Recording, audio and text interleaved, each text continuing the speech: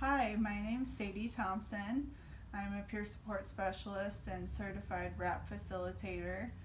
Um, I'm going to be explaining a little bit about WRAP today for the advanced level WRAP training. And first, I kind of want to talk a little bit about myself. So I'm a peer support specialist, which means I have lived experience in a lot of different areas of life. WRAP has helped me with my recovery from substance use, my mental health recovery, and recovery from significant traumas I've experienced. A few of the things that I want to talk today about are the key recovery concepts. So there are 5 key recovery concepts. Those are hope, which as everybody in recovery has to have some kind of hope. That's kind of where it starts. But hope in WRAP really talks about what we do to, or how we think about our journey going forward. So what am I moving towards in my recovery, and what things bring me hope when maybe I'm not feeling the best that day. We also talk about personal responsibility. So personal responsibility for me means taking responsibility for my own feelings, my actions, the consequences of my actions, my own recovery and treatment. So not necessarily just depending on what doctors or counselors think is best for me, but knowing that I'm an expert on myself and my recovery, and that it's my responsibility to say when I need help, or to ask for help, or to make things right when I've made a mistake. We also talk about education, which in WRAP for me means educating myself about myself. So what things do I need on a daily basis, and what things are helpful to me in times of need? What things are my triggers? How do I operate best in the world? How do I operate in social environments? And what can I work on? What areas do I have to work on in my life? Also self-advocacy. So talked a little bit about that in personal responsibility, and I feel like these kind of build upon each other, but self-advocacy means that I have to speak up and say what I need when I need it, to say no when, say, a certain treatment for mental health is suggested that I know doesn't work for me. The same goes for physical health for me. I use my WRAP plan for my physical health, and being able to say no to a doctor who doesn't know my whole history when they're suggesting something that really didn't work for me in the past. The last aspect or key recovery concept is support. So for me, this is talking about my supporters, the people I know I can count on. There's a couple people I know I can call at 3 o'clock in the morning and they'll be there for me. There's people I know that will come and check on me if I'm really sick.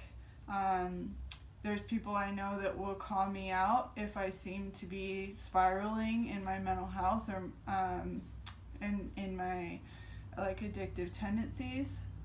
So I really lean on my supporters to keep me in check, but also to be there for me and be able to share with them when I need them there for me. So that's a little bit about the key recovery concepts. Now we'll move on to the wellness toolbox. And the wellness toolbox is one of the evidence-based practices of WRAP. So for me, this is kind of the cornerstone of WRAP. This is where we build from. So in my wellness toolbox, I have things like meditation. Sorry, that's the dog there. I have things like meditation and healthy eating, exercise, meeting with my support people in my substance use recovery and going to meetings for that.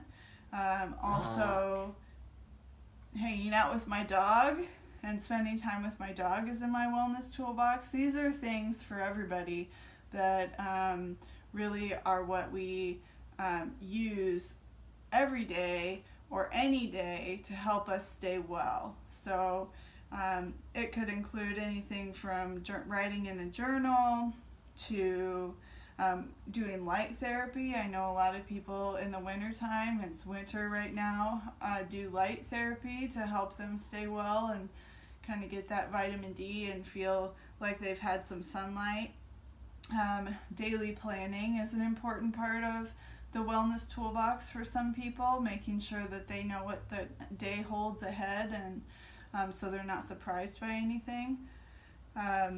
So that's a little bit about the wellness toolbox. I think it's really versatile, and I think it applies to the rest of the aspects or modules in the WRAP plan. The next part is the daily maintenance plan. So the daily maintenance plan, it really talks about what am I like when I'm well, and what are the things that I do every day when I'm well. Maybe you don't know that. Some people don't know what it's like to feel well, but they know what they'd like to be able to do during a day if they were feeling well. And so listing that out and maybe even making lists of hopes of what I'm like when I'm well if I don't know what that looks like yet. I know that when I'm well, I eat 3 meals a day. I get some kind of exercise. I meditate and pray. I talk to at least one supporter. For me, going to work is a good sign that I'm doing well and being able to work. So that's an important part of my daily maintenance plan because I do work 40 hours a week. But then there's also things, so those are kind of some things like I need to brush my teeth and shower. Those are things that I need to do every day. There's also things that I might do on a daily basis or a weekly basis or a monthly basis that helps me stay well, but isn't necessarily something I have to do every day, like go get a massage or take a yoga class or go on a retreat, spend a couple days away from technology and that kind of stuff. So that would be on my list of things I might need to do. So those are the 3 parts of daily maintenance: what I'm like when I'm well, what I need to do every day, and what I might need to do. The next part of the WRAP plan is triggers. So triggers is kind of one of those words that everybody knows, but nobody really, a lot of people don't take the time to think about like what that means for them. And I think that almost anybody can find triggers in their daily life, whether it's like certain smells or certain noises, certain people or behaviors that people have can trigger people. Really anything that kind of sets me off and gets me a little off kilter for the day could be considered a trigger for me. So one of my main triggers is when somebody is like directly rude to me and they make a condescending or rude statement for me, and I have to think of an action plan for that. So my action plan for that specific trigger is self-talk, reminding myself that whatever anybody says isn't necessarily about me and everybody has their own struggles going on, and not to take things personally.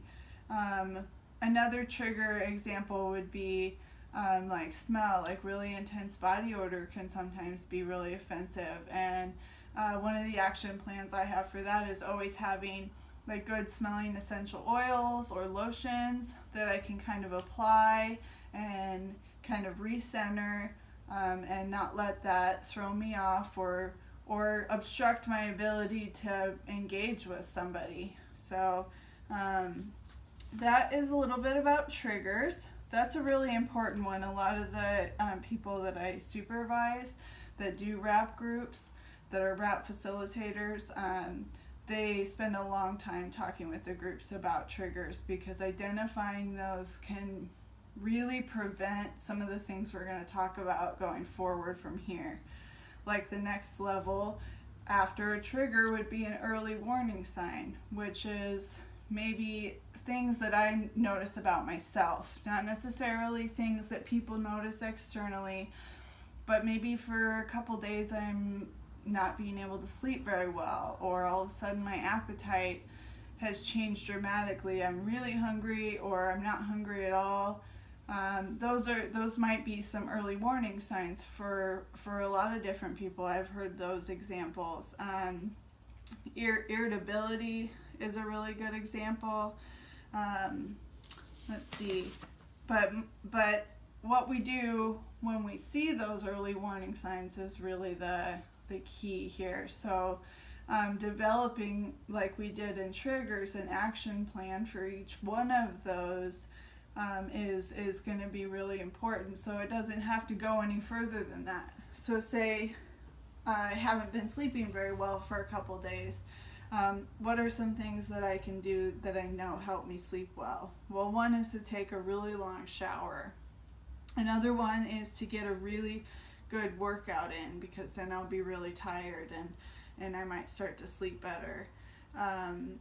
If I am having difficulty feeling not hungry or too hungry, kind of looking at my diet for a few days and thinking about, like, what does my body need to be healthy, and thinking about it from that perspective and kind of planning my meals for the next couple days is a really good action plan for me for that. So after early warning signs, we start to look at when things are breaking down or getting worse.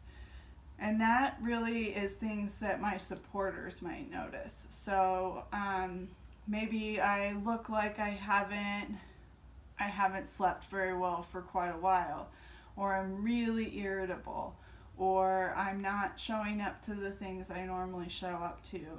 I'm not calling the people I normally call or answering my phone. Those might be some signs that things are getting worse, and the people around me, my support people, are the ones that know when those kinds of things are happening. And that's when I can start developing an action plan. I partially depend on my supporters to say, hey, you doing all right? It looks like, you haven't been sleeping very well lately, or you look really tired. But also at that point, hopefully I'm aware of the fact that, maybe it's been a week that I've really since I've had a good night of sleep, and maybe I need to take a personal day from work, or maybe I need to go to the doctor and get my medical stuff checked out, because maybe something's going on that I don't know about.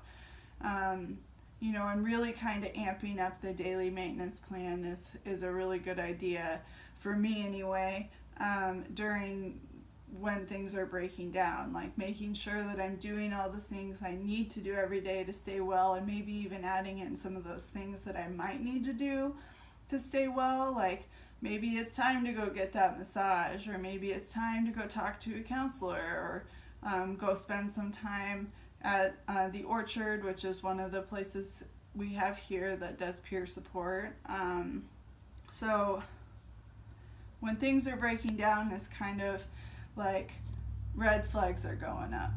So after that, we get to the crisis plan. And the crisis plan is really like, so things have gotten past when things are breaking down or getting worse. And there's usually specific signs that someone's in crisis, or I'm in crisis. For instance, a crisis for me would be like a relapse into drinking or using drugs again. And if that were the case, I have certain supporters who know what to do if I were to relapse. They know what to say to me. They know it's time, like, we gotta take some serious actions. And so the crisis plan is actually broken up into several parts. It's broken up into 9 parts. So the first part of the crisis plan again, looks at what I'm like when I'm well.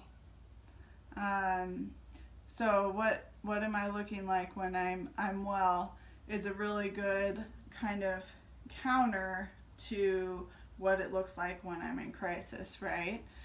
When I need my supporters to take over. So I have type 1 diabetes, and if my blood sugars are really out of control and I'm no longer waking up on my own in the morning, it's time for my supporters to step in, say, wake me up, help me get an appointment scheduled with the doctor. It's time for them to step in and help me figure this out, right? Or help me do what I have planned. So the purpose of a crisis plan is for me to make my decisions before someone else has to make them for me. So my supporters all have a copy, or will have a copy of my crisis plan if they don't already, which is basically says I need to go to the hospital or go to the doctor if I'm not waking up on my own or if I've relapsed, and that's kind of their plan. And it says contact these doctors, don't give me these treatments, there's certain medications I'm okay with taking and there's certain medications I'm not okay with taking, there's certain hospitals that I prefer to go to over other hospitals here in town. So we look at kind of all the aspects of what needs to happen during a crisis. There's other things that my supporters can help me do, like I have a dog. And what happens when I have a dog and I go to the hospital? Well, I need someone to let my dog out and feed her and make sure that she's okay. I need to make sure that my bills are all still getting paid. So, having a plan set in place for my rent and all of that to be taken care of if something were to happen. There's also, let's see here, there's other treatments that I might be open to. So I might be open to certain kinds of counseling or hypnosis, for instance, if I was really, really sick or really into my addiction. I might need help after I come home from the hospital. So what do I need help with when I come home, and what places am I okay to return to, and what things will I need help with once I come home. And then we kind of think about, we start to think about what we're going to do to close things up. So how do my supporters know that maybe they can take their hands off the wheel a little bit? So for me, a lot of those are going back to what I'm like when I'm well. So am I able to wake up on my own again? Am I able to go to work? And in that case, then we kind of move into the post-crisis plan, which is the things that I really need to start enacting again when I'm feeling better. So is my daily maintenance plan on point? Am I doing all the things I need to do on my daily maintenance plan? Are my wellness tools updated? Because maybe I've developed new wellness tools through a crisis. And have I identified new triggers? Because maybe I found a new trigger during that crisis that I didn't know I had. So kind of reevaluating my WRAP plan and reevaluating my supporters as well. So who are the people that did hold me accountable or did help me in this crisis, and how can I depend on them? So that is essentially what I know about WRAP in my experience, and I've been privileged to be able to offer this to several people in many groups. I get to either facilitate or supervise people facilitating WRAP groups several times a week, 4 times a week in fact. So WRAP is a really important part of my life and my recovery, and I've seen it be a really important part of other people's lives and other people's recovery.